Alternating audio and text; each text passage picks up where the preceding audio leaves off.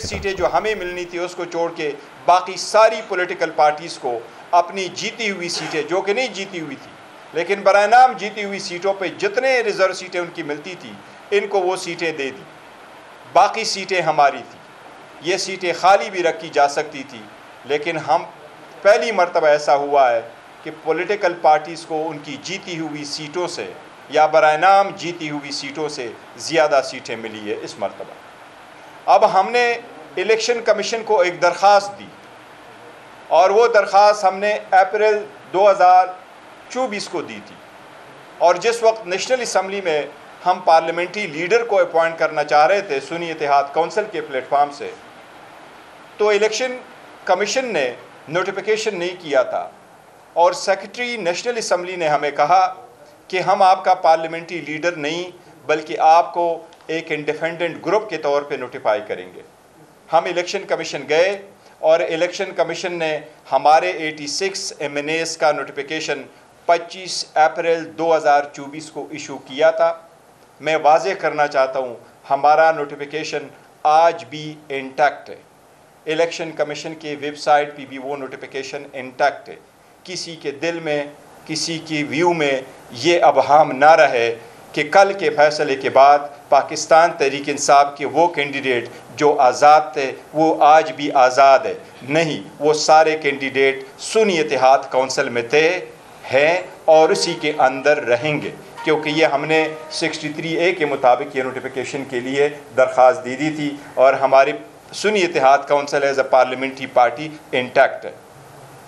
25 अप्रैल 2024 को जब ये नोटिफिकेशन हुआ तो इलेक्शन कमीशन ने अभी हमारे 3 और नोटिफिकेशन करने थे।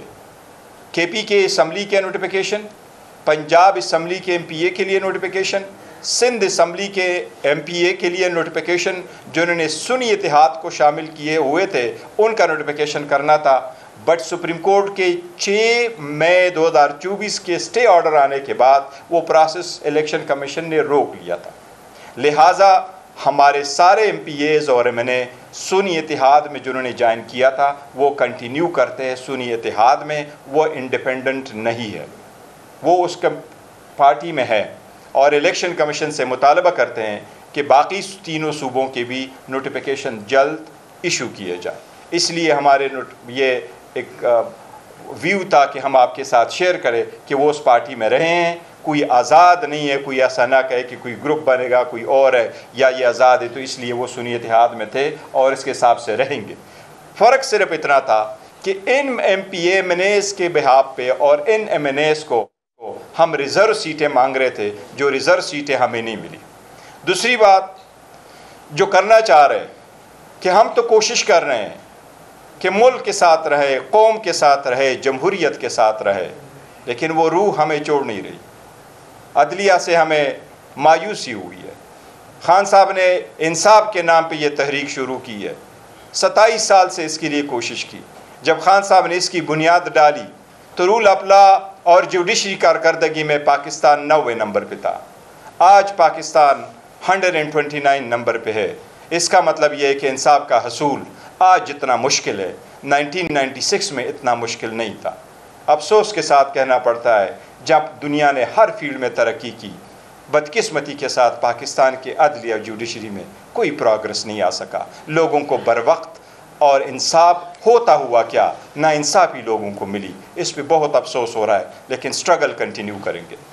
और इसकी ज़िंदा मिसाल ये है कि अब हमारे पार्लियामेंट्री लीडर्स भी समेत हमारे केसेस चल रहे हैं, जिसमें हमारे leader of the opposition in the senate Shibli Faraz साहब भी एक्यूज्ड है, जिसमें उमर अयूब खान साहब leader of the opposition in the national assembly भी एक्यूज्ड है। जज साहब टाइम नहीं दे रहे, जज साहब केसेस चला रहे, 9 बजे तक चला रहे।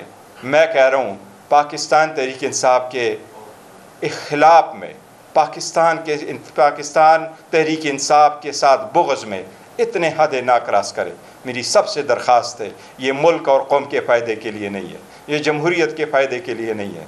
अपने लोगों के साथ ऐसे नाइंसाफ़ी करने के गलत नताइज असर होते हैं, ये मुल्क और कौम पे असरअंदाज ना हो। मेहरबानी करें, हमारी चीफ जस्टिस से इल्तिमास है कि आप इंसाफ होता हुआ नज़र करने के लिए तो करें। पाकिस्तान तहरीक इंसाफ ना सही, ये पार्लियामेंटेरियन ना सही, ये इस मुल्क के शहरी है, इनके बुनियादी हकूक़ है। हम चीफ जस्टिस से बरमला और पुरजोर अपील करते हैं कि अपने अदालतों पे तो नज़र रखें। आप कॉन्स्टिट्यूशन बेंच का हिस्सा ना होते हुए भी इस अदलिया के सरबराह हैं। हम लाहौर हाई कोर्ट के चीफ जस्टिस से मुतालबा करते हैं, पुरजोर मुतालबा करते हैं कि आप आईनी बेंच ना होने के बावजूद भी उस अदलिया के आर्टिकल 203 सुपरविजन आपका फ़र्ज़ है, उस अदालत के अहकामात मनवाना भी आपका फ़र्ज़ है, लेकिन उनको आईन और कानून के मुताबिक अदलिया के लिए कानून के मुरव्वजा असूलों के मुताबिक इंसाफ की फराहमी आपकी आईनी ज़िम्मेदारी है। मेहर आपसे भी दरख्वास्त है कि बराह मेहरबानी लोअर कोर्ट्स को हिदायत इशू की जाए, डायरेक्शन इशू की जाए, हमें आप डिस्क्रिमिनेट ना करें। ये दिन गुजर जाते हैं लेकिन लेगेसी लोग छोड़ जाते हैं। मुल्क को अंधेरों में ना धकेले, मुल्क में देरे में चला जाता है जब इंसाफ ना हो और इंसाफ होता हुआ नज़र ना आए। मेरी सबसे दरख्वास्त है इस पे गौर करें। जी शिबली साहब आप इधर आएंगे या इधर से? ओके।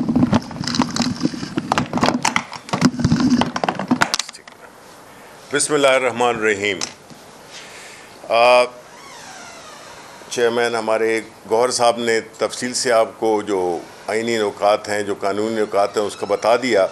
मैं सिर्फ ये कहना चाहता हूँ कि देखें, जो कल का फ़ैसला हुआ उसके बाद अगर आप नज़र दोहराएँ तो अब आपको बड़े क्लियरली इस चीज़ का अंदाज़ा हो जाएगा कि जो रजीम चेंज हुई 2022 में, उसके बाद जिस तरह से हमने देखा है कि आईन को मुतअद्दिद बार उसकी शिकों की खिलाफ वर्जी की गई और अब तक एक स्टेज ऐसी आ चुकी है जिसमें कि आईन महज एक क्या कहते हैं, एक थ्योरेटिकल सूरत हाल इख्तियार कर गया। यानी उसकी कोई अमल दरामद सेलेक्टिवली जब सूट करे रजीम को तो उस पर अमल दरामद होता है, और जब ना हो, जब उसको आप सेलेक्टिवली उस पर इग्नोर करें, जिसमें कि सबसे पहला जो वो था वो इलेक्शंस वक्त में ना कराना जब असम्बलियाँ टूट जाएं, खैबर पख्तूनख्वा की और पंजाब की, उसमें जो आइन में बड़ा क्लियर लिखा हुआ है कि 90 दिन के अंदर इंतखाबात होने चाहिए, वो नहीं हुए, वो तोड़ा गया। फिर क्या तगो दो करके इलेक्शंस अनाउंस हुए। अब जो इलेक्शंस के अनाउंस होने तक जिस तरह के पाकिस्तान तहरीक इंसाफ, जिसमें कि उसके कायद इमरान खान भी शामिल हैं, उनको जेल में डाला गया, सियासी लीडरशिप को ख़त्म किया गया, जो पहली टियर की लीडरशिप थी, कारपेट बॉम्बिंग की गई और उनको हटाया गया।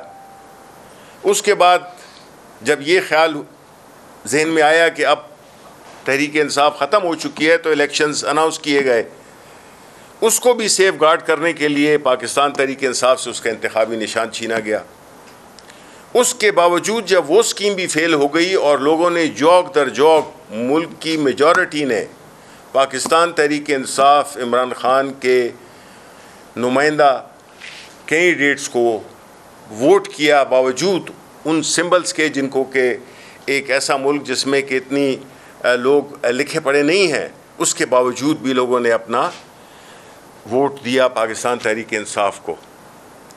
जब वो भी हुआ, उस सब टीवी पे वो मैसेजेस, वो इमेजेस चल रहे थे कि किस तरह से हमारे कैंडिडेट्स को हैरास किया जा रहा था, किस तरह उनको रोका जा रहा था कि वो अपने कागजात नामजदगी न जमा करा सकें। हर तरह की बर्बरियत हुई।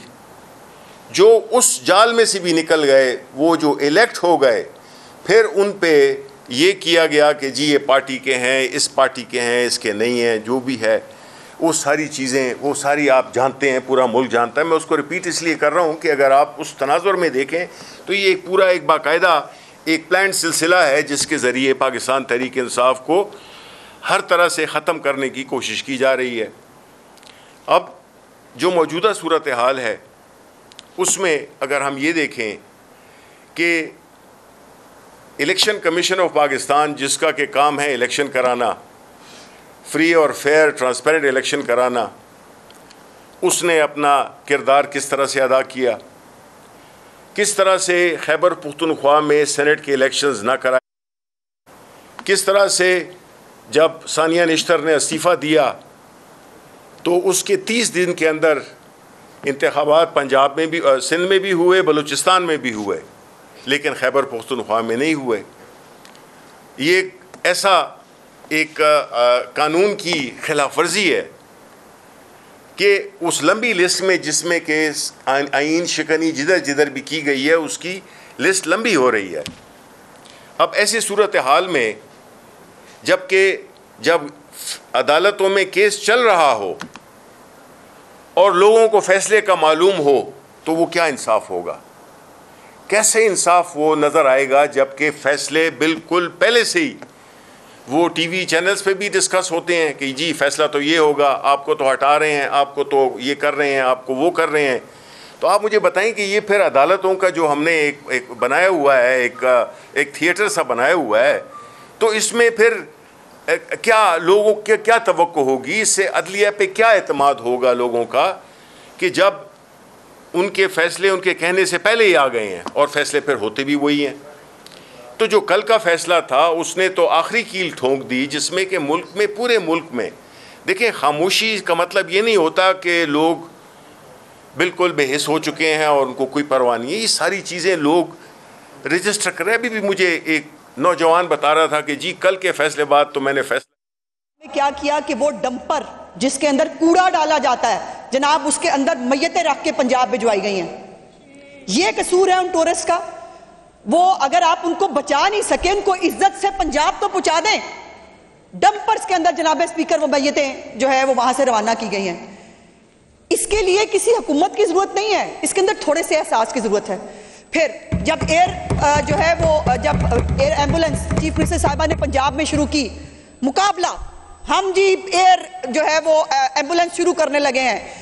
वजीर आला ने अपना हेलीकॉप्टर दे दिया है, उसका टेस्ट रन भी कर लिया। वजीर सेहत ने जाके टेस्ट रन किया। कहां गया था वो हेलीकॉप्टर उस वक्त? 2 घंटे के अंदर जनाब स्पीकर मैंने चेक किया है, जिस जगह पर वो हेलीकॉप्टर मौजूद था वजीर आला हाउस के अंदर, वहां से एग्जैक्टली 20 मिनट में वो हेलीकॉप्टर वहां पहुंचाया जा सकता था। नहीं पहुंचाया जा सका। और अब एक और बेशर्मी का आलम यह है कि सोशल मीडिया के ऊपर विक्टिम ब्लेमिंग हो रही है। वो वहां गए ही क्यों? उनको जाना ही नहीं चाहिए था। इंतजामिया किस लिए होती है जनाब स्पीकर? इंतजामिया को nothing could be more shameful, nothing could be more shameful। और अब भी उनको कह रहे हैं तो इंतजामिया कहां गई थी घास खाने के लिए? इंतजामिया वहां मौजूद क्यों नहीं थी? अगर वो जगह ठीक नहीं थी जाने के लिए। इर्द गिर्द जनाब स्पीकर जो होटल बने हुए हैं, वो किस किस की पर्ची पे पिछले 10 साल में किस किस के कहने पे बने और आज भी किस किस को वहां पैसे जाते हैं, ये हमें पता है। लेकिन मैं इस मौके पर सियासत नहीं, लेकिन सवालात जरूर छोड़ना चाहती हूं कि जिनको आज बड़ी फिक्र है ना अडियाला में बैठे एक बंदे की, जो गोश्त भी खाता है, जो एक्सरसाइज भी करता है, जो नट्स भी खाता है, जो चिया सीड्स भी पीता है, उसकी नाक के नीचे जो हमें 2018 में बताया था, साउथ कोरिया की एग्जांपल दी थी, उसके वजीर आजम ने इस्तीफा दे दिया कश्ती डूबने पे। यहां कश्ती नहीं डूबी, यहां लोगों को मरने के लिए छोड़ा गया। इसका जवाब कौन देगा? और पूरी एक जो है वो एक बेशर्मी का आलम है। ना कोई शर्मिंदा हो रहा है, ना कोई माफी मांग रहा है।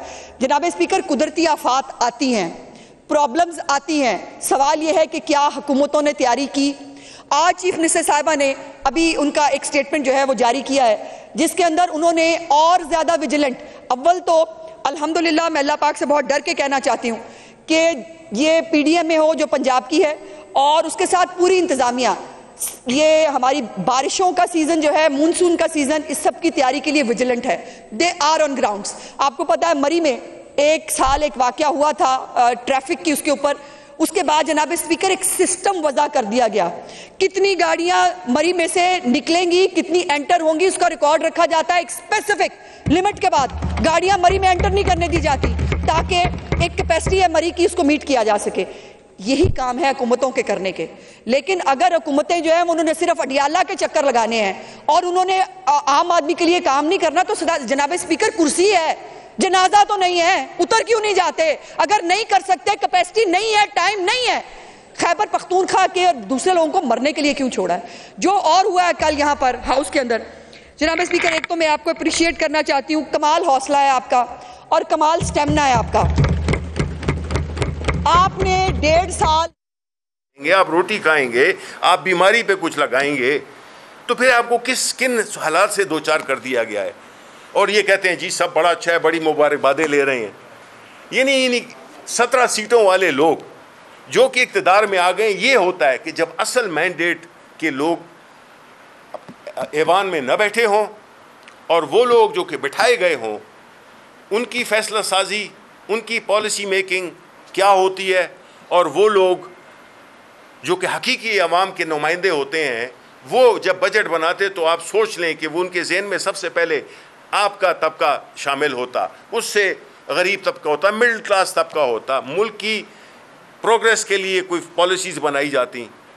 हमारे फाइनेंस मिनिस्टर हैं, इकोनॉमिस्ट नहीं है, बस वो एक बैंकर हैं कि जी कर्जा किस तरीके से लिया जा सकता है, कर्जा किस तरीके से दिया जा सकता है, खुशियाँ मनाई जाती हैं जब भी कोई नया कर्जा मिलता है। ये कोई मुल्क हुआ?